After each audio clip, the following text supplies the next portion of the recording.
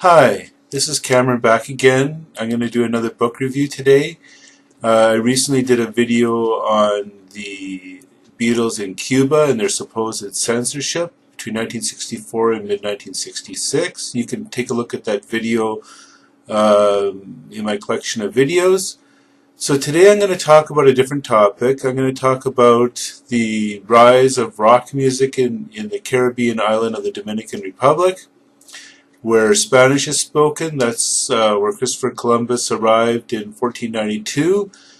I'm going to talk about this based upon a book that is written by Manuel Scott called Rock en Español, la música dominicana del futuro. So rock in Spanish, the Dominican music of the future.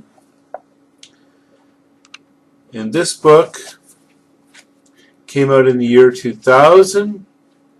Right at the time of the rise of the Rock en Español movement with Los Enanitos Verdes, Café Tacuba, Los Aterciopelados. So the book is largely devoted to that, but I'm not going to review the whole book. What I'm going to review and talk about is some interesting early chapters on the rise of rock music starting in the 50s but really into the 1960s in the Dominican Republic, because it's an interesting story, and I think it's something that very few people here in the vinyl community are aware of. You might be interested. So I'm going to be referring to my notes because I don't remember all this in my mind.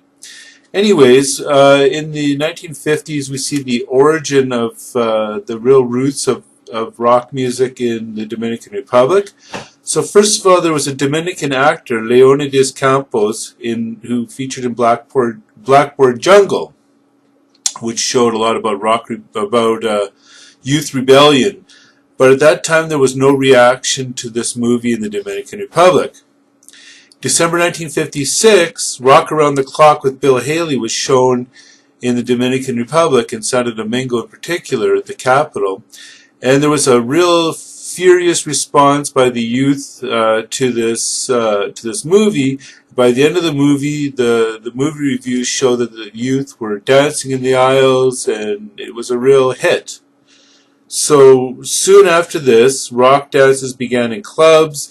Record sales of rock music skyrocketed in the record stores. By 1960, there was the very first appearance of the Bill Haley and the Comets in the Dominican Republic. Now, just before this, in 1957, the first rock band in Santo Domingo that of any kind of real significance was Robert Ruiz y sus Meteoros in 1957. Now, you got to remember that this was a time of dictatorship in the Dominican under Trujillo, and he in fact prohibited rock in the early days in 1957. But interestingly enough, his son Ramfis was a real rock fanatic, and he obviously had some influence on his father, and by 1958 rock was disseminated freely in the country. It showed up on TV, on radio, nightclubs, theaters, and school auditoriums. Now I'm going to talk about the early 1960s of the rock and roll in the Dominican Republic. So by 1960 there were a number of sort of semi-professional bands that had started up. Los Conquistadores, Los Papi, Walter Cole y Los Dominican Boy, Los Rocking Boy.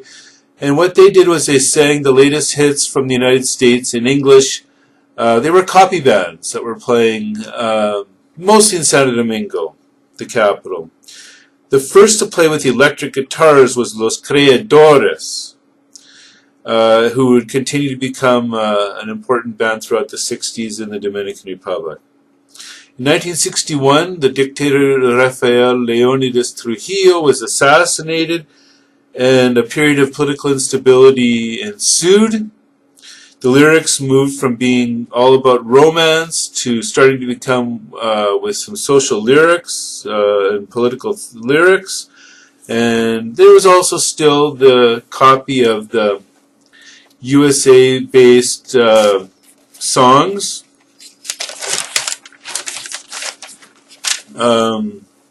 So there was the themes of rebellion, youth rebellion, and the generation gap, and the new consciousness started developing within the country.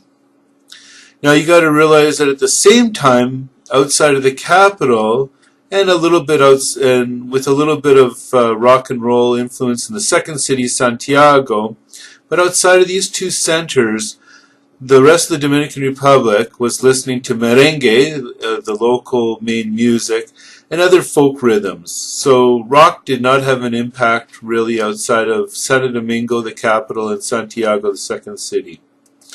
Now the bands that were still playing in the early 60s were mostly copy bands. They were singing in English. A few adapted the songs to Spanish. What happened started in the mid-60s? Well, in 1966, some bands started writing their own songs rather than being copy bands. The most famous artist to start doing this was Milton Peláez.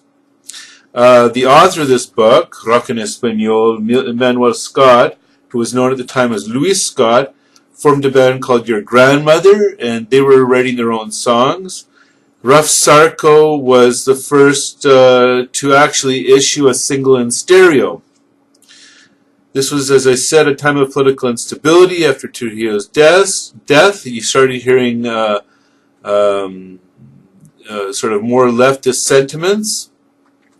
In the meantime, the different rock movies from Elvis Presley, the hippie culture, the drug consumption culture started being disseminated in the Dominican Republic, and of course there were outcries by the establishment about these movies. Now, a real push for the impulse of rock music in the Dominican Republic happened with the invasion of the new wave of rock music from Puerto Rico in 1966. So some of them gave rock concerts in Santo Domingo. There were other Latin American bands that also came over to Santo Domingo and played concerts, like Las Mosquitas from Argentina, Los Supersónicos from Venezuela. And then Milton Peláez, who I mentioned earlier, y Los Creadores were well known enough in order to sell 10,000 copies. Originally, their lyrics were sort of humoristic, but as time went on, they became with topics of social criticism. Another band of the period that was becoming more and more serious and more professional was Raúl Castillo y Los Brahmin. Other bands were Los Románticos, Los Dinámicos, Los CC, Los X6, Los Tic Tac, Los Testigos, Los Satélites, y Los Mustangs. So these were bands that were professional, that were able to make a living enough in order to play regularly in nightclubs and school auditoriums and theaters and other places like that.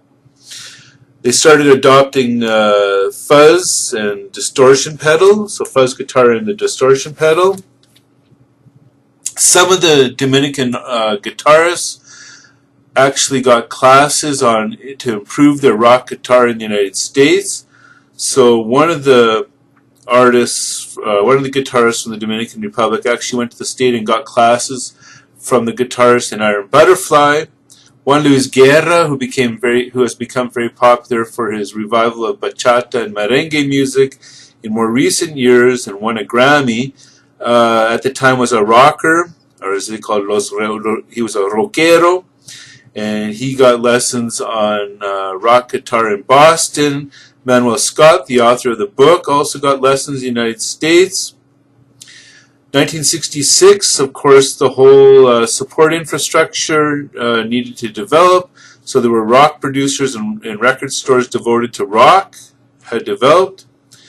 At the time, people bought their instruments mostly in Puerto Rico because there were not good quality professional rock instruments available in Santo Domingo. 1967, discotheques began for people to dance rock and roll on a regular basis. June 1968, a band from the United States called Paper Forum came and played at Santo Domingo. One of the most popular Dominican rock bands at the time in 1968 were the Los Masters. They would play copies of the Doors, Mike Bloomfield, Iron Butterfly. Another very professional band was Los X6. Now, how about the Beatles? What was their influence? Well, it started off with Hard Day's Night presentation in the Dominican Republic in February 1965, and the band Los Romanticos began playing Beatles songs in Spanish. There were fashion shows that showed off rock fashions like miniskirts, and that brings us up to pretty well the end of the 1960s. The book shows many photos, and I'm going to show you some of them, of the Dominican rock bands. But my main criticism is that there's no discography. I have no real idea, outside of the one band I mentioned, how many singles were produced. When I visited the Dominican in recent years, I asked about the availability of singles and even if existed albums of rock music in the 1960s in the Dominican Republic, and I was basically told, yes, there had been singles. I didn't get an answer about albums, but they were impossible to find. So one guy even offered to make me CDR of this kind of music, but I lost that contact and never followed up, unfortunately. So what happened into the early 70s? There was the first open-air concert of like a Woodstock type of concert. And then as time went on, there was a lot of protest kind of music against the new regime of Joaquin Balaguer, who had been president under Trujillo. So it was a time of very much political uncertainty and a very tough regime. So the cantautor movement developed, and social criticism and leftism became part of the rock movement. So that brings us up to the early 70s, with the main focus on the 1960s in the Dominican Republic of rock music. I'm going to show a few of the pictures. There's a real generous showing of pictures of rock in the 1960s in the Dominican Republic. So let me take a look. So here's some of the bands like Iron Fire. I can't remember some of the other pictures. Los Cese,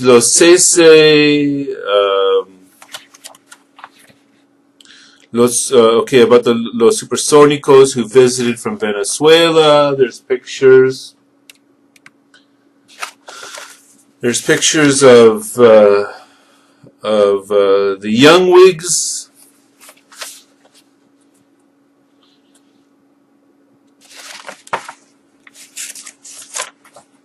And the Sun's Flower.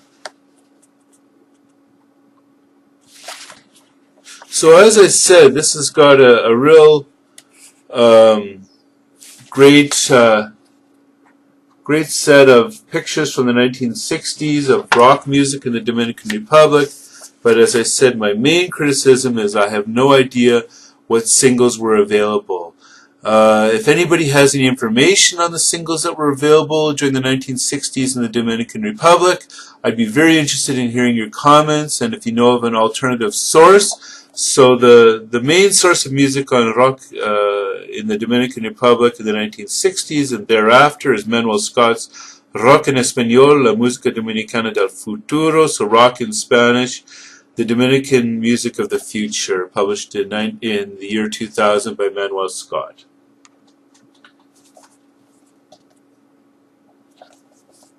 And I picked this up while I was living in the Dominican Republic for 5 years in the late 90s and early 2000s. So that's it for this production. Leave your comments at the bottom, and I'm interested in hearing what you might have to add. Have a good day. Bye-bye.